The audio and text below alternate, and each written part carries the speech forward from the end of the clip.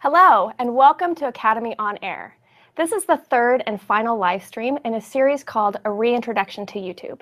And today, it's all about audience targeting. We're going to give you a behind-the-scenes look into how we use machine learning and data across lots of Google platforms, not just YouTube. Here's the context in which you're going to talk about audience targeting. Actions speak louder than words. Trust what people do, not what they declare. It's a cliche quote that takes many forms, but when it comes to understand online audiences, we believe it's true. And it's at the core of how we're engineering audience targeting. So hi, my name's Alana Zamora, and I'm a video product activation lead for the Americas. And hello, I'm Ali Warson, and I'm a video product expert in global marketing solutions. In the last 2 weeks, we've talked a lot about attention. We're in a low attention age in a highly skippable, swipeable world. Users have more control and have higher expectations. They'll skip or swipe as soon as they lose interest. So if a brand or business wants to grow their customer base, it's imperative that they win attention. But while attention is decreasing, intention is increasing. The information we get back from our phones is so valuable, we continue to provide it with more and more signals. Signals like what we intend to do, what we intend to buy, what we're planning, really everything that we care about. And this is a huge advantage that marketers should leverage to reach these potential customers and become relevant and valuable to all these users as they're expressing this intent. This is a marketer's dream. And we're engineering tools to help marketers really leverage those signals. But before we jump into that, let's set the context from the last two live streams. YouTube has a ton of really great features, but we're going to show you the best and most direct way to help you use the platform to grow your client's business. And the strategy is simple. Just draw a circle around your client's target audience and saturate that circle with high attention video ads that users are listening to and watching. You learned last week that YouTube has the best audibility and viewability metrics around, over 90%, while the average is just about 66%. That means that if you have a message on YouTube, users are listening to it and watching it. You have their attention. And so let's start with a couple of guys named Jim and Dwight from 2007. A decade ago, we were behaving just like this. We expressed intent mainly through desktop searches. We'd bottle up all of our curiosities throughout the day, what we wanted to do, where we wanted to go, and we'd wait until we got back to our desktops at work and we plugged it into the computer.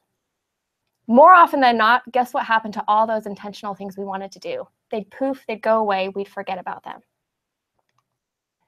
But now, in 2017, here we are today, we use our device both actively and passively throughout the day with search queries and non-search behaviors like browsing favorite sites, getting directions, going shopping, reading news blogs.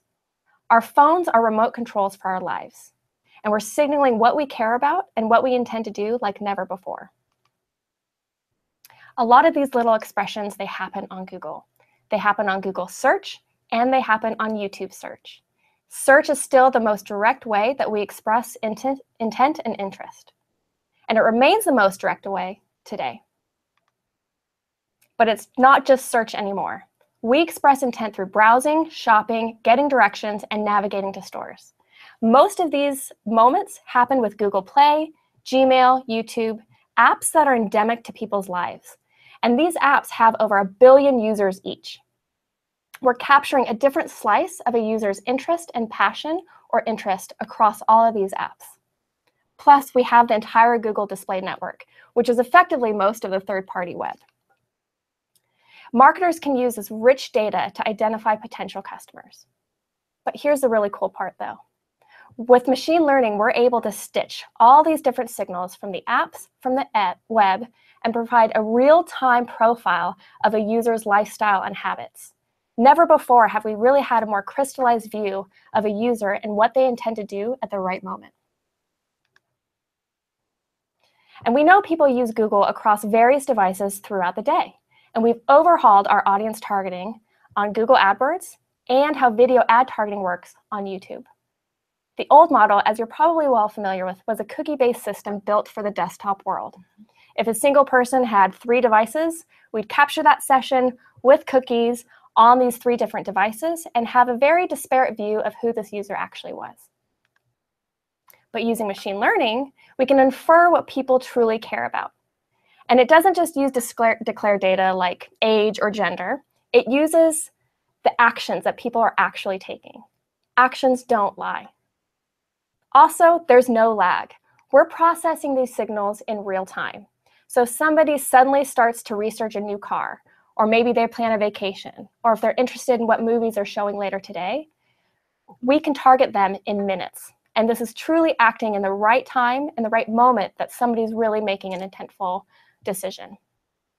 This is hugely different from third-party audience solutions that sell behavior targeting lists. Oftentimes, these lists are using very limited data, or they can be weeks or months old. By contrast, we have fresh, statistically relevant data that you can use immediately and target at that precise moment. And I mentioned it before with the apps that we have, but I'll mention it again, because new this year, we've incorporated signals from search and maps into our core audience solutions. So with search and apps, our core audience targeting solutions, Affinity and in-market audiences, are even stronger. In early tests, we've seen that they can deliver over 15% more reach. And it's enabled us to begin targeting people based off of important life events or consumer patterns. So you can actually target somebody who might be graduating college, or maybe they frequent restaurants when they go out to lunch to eat. These are important patterns that we can pick up and that are providing signals based off of everything that you're doing with your mobile device, and we can target them in better, more meaningful ways. One thing you should know is that the most important part of this change was improving privacy controls. Putting the user first is Google's first priority. And when we shifted from a cookies-based world to a user-centric model, it allowed us to give users more visibility and control over the types of ads they see. So as part of these privacy controls, you can see your interests, affinities, purchase intent, everything that Google currently understands about you. And you can edit them. So if you can go on right now, you can give this a try. Google search for Google Ad Preferences and navigate to Ad Settings. You can see the whole list of topics that you might be interested in. Click to discard the ones that you think aren't appropriate and better improve the ad services that you get. So while you're doing that, I'll recap. Audience targeting on YouTube is built on signals across the entire Google network in real time across search, maps, the rest of Google, including the GDN. There isn't anywhere else in the world that you can get proprietary signals like search and maps to help you with your audience targeting. Super, super cool. Thanks, Alana. You're welcome. Are you ready to play a game? Yes. Okay, awesome. So we are going to look at 4 clusters of online behavior and determine if the cluster represents serious interest and passion, purchase intent, or passive interest only. All right, Alana. So here's our first cluster of behaviors. Let's say over the course of a few weeks, you watched How to Cut a Pineapple, you searched the best eggplant summer dish, you watched Pizza Pocket's Great Snack Food on YouTube, and you visited allrecipes.com and epicurious.com. Does this represent serious interest or passion in something, purchase intent, or passive interest? Well, I know that this is something that I would do, and this does represent serious interest and passion. I could argue that I'm in market for groceries or cooking supplies, but the real interest here is that I'm demonstrating a real affinity to cooking meals. Okay, how about this one, Allie? Let's say I've read a Forbes article on the Tesla Model 3 launch. I've searched for an oil change near me, and I subscribe to TechCrunch's YouTube channel. What does this represent? I would say passive interest only. Sure, there are themes here about the cards, a theme about tech news, but just based off these signals, it's unfair to categorize you as a car enthusiast. I think we'd really need more time and more signals to really understand a behavior and pattern. All right, here's the next one. Let's take a guess on my behavior. I watched Eco Camp Patagonia Hiking the World's End on YouTube. I searched flights for Santiago. I visited REI twice in 1 week. I read travel blogs and reviews on Chile. And I did comparison shopping for hiking boots. Well, it sounds like you're very interested. Purchase intent. It looks like you're in market to book a trip to South America. And you also want that hiking gear and camping supplies as well. This could definitely represent a number of serious outdoor passion and interests too. Awesome. Thanks for playing. All right, let's move on. So if you're wondering what sort of affinity audience segments we can target, here's the list. The ones in green are the new ones recently released called consumer pattern segments, essentially targeting people based on someone's regular shopping habits. For example, someone that dines out a lot, visits department stores, or convenience stores. Gosh, we should really call them infinity audiences. There's just so many, Alana. Look at all of them. And then if you're like, well, I still can't find the one that I want, the coolest part is that you can create your own custom affinity audience. Essentially, you can target specific fans of a sports team or people that are interested in a certain subculture. And you can do this and really customize to reach that audience that you really want. In terms of in-market audiences, which are people who are in market to buy a certain good or service, this list is also huge. We can't even fit it on one slide. To give you a taste of the offerings, here are two examples: the apparel and accessories and the home and garden categories.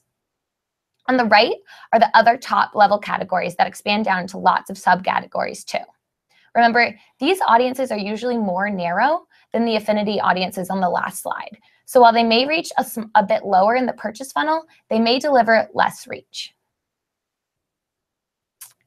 All of these targeting options are in AdWords in the video targeting tab of a video campaign. Navigate to the affinity audiences, in-market audiences, or custom affinity dropdown and browse the options. And remember, for now, the new consumer pattern options are mixed in with the affinity audiences, so you'll need to browse through to locate them. Life events will be mixed in soon as well. All right, so we've talked a lot about targeting options for YouTube video campaigns, but we know that precision only matters if you have scale too. Otherwise, it's not worth launching and managing another media channel for your clients that's only going to reach a small number of people. That's why we're so bullish on YouTube. It's both precise and really, really big. It's worth your time. There are enough people watching a huge amount of video that you can help your clients get in front of a significant number of potential new customers for them. And we just announced these stats too. YouTube now has 1.5 billion monthly logged in viewers, watching over 1 hour a day on mobile alone. While YouTube is watched on all devices, it is primarily an app people use every day. It's really, really substantial. Yeah. We know that you probably care a bit more about the US numbers than global numbers, so here they are. In US, YouTube reaches almost everyone, nearly 80% of the overall population and 90% of younger adults aged 18 to 34. Again, we know your time is really valuable. We wouldn't recommend investing a lot of time and effort in a media channel that has small niche audience reach. YouTube has the scale to be worth your time and your client's investment. When you work with Google, we can help you estimate your target audience sizes. Here I've shown the sizes of 3 audience segments. Each is pretty substantial. We have female foodies in the US. I know Alana and I probably fall into that one too. There's sport car shoppers, and that's about 4.21 million. And then we also were able to do the fitness-focused women between the ages of 18 to 35 in the US, and that's about 9.88 million. No matter your client, a big brand, an ambitious startup, or a local business, you can reach a breadth of audience. We recommend testing different targeting options. If one is too narrow, you'll be able to quickly tell and then expand it. Talking about measurement could be a whole other talk, but let's address it quickly. Even if your clients believe in our targeting approach in theory, we know they want to see results. There are a few metrics that you can use within AdWords to quickly prove that you've not just reached the right audience, but also earned their attention and got them to actually watch your client's video ad. Unique reach and frequency metrics are available at the campaign level to see the actual number of people that were reached, not just cookies, and how many times on average you reached them. Use view rate to show the number of people that actually chose to watch the video. And then there's a ton of other ones that we've represent as an example in this slide. To close, let's put all of YouTube's targeting options in one place for context. Keep in mind that these are ranked from targeting options that get more reach at the top to the ones that are more targeted but usually reach a smaller group. We recommend not overlaying too many of these, or else you will really limit your potential reach. For example, demo and interests are great, but demo, interest, and topic isn't. So here are some examples. On demo, there's age, gender, parental status, and household income. For topics, there's fitness, yoga and Pilates, news, sports news, home and garden, pets, cats. For interests, we have affinity audiences, in-market audiences, custom affinities, consumer patterns, and life events launching soon. For retargeting, we have remarketing, video remarketing, similar audiences to remarketing lists, and customer match. And then we also have search keywords for true view discovery ads. Great. So we're here at the end, so let's recap. Video on YouTube is a great way to get a message out to users who are paying attention. They're watching and they're listening. And a marketer's job is to show their ads when you do have that attention. YouTube has tons of products and features. So let's just keep it simple. You can leverage one core play for your clients to reach and influence a lot of potential new customers. Remember, just draw a circle around your client's target audience and saturate them, dominate them with high attention video ads using targeting options that are based on what people are actually doing, what they actually care about.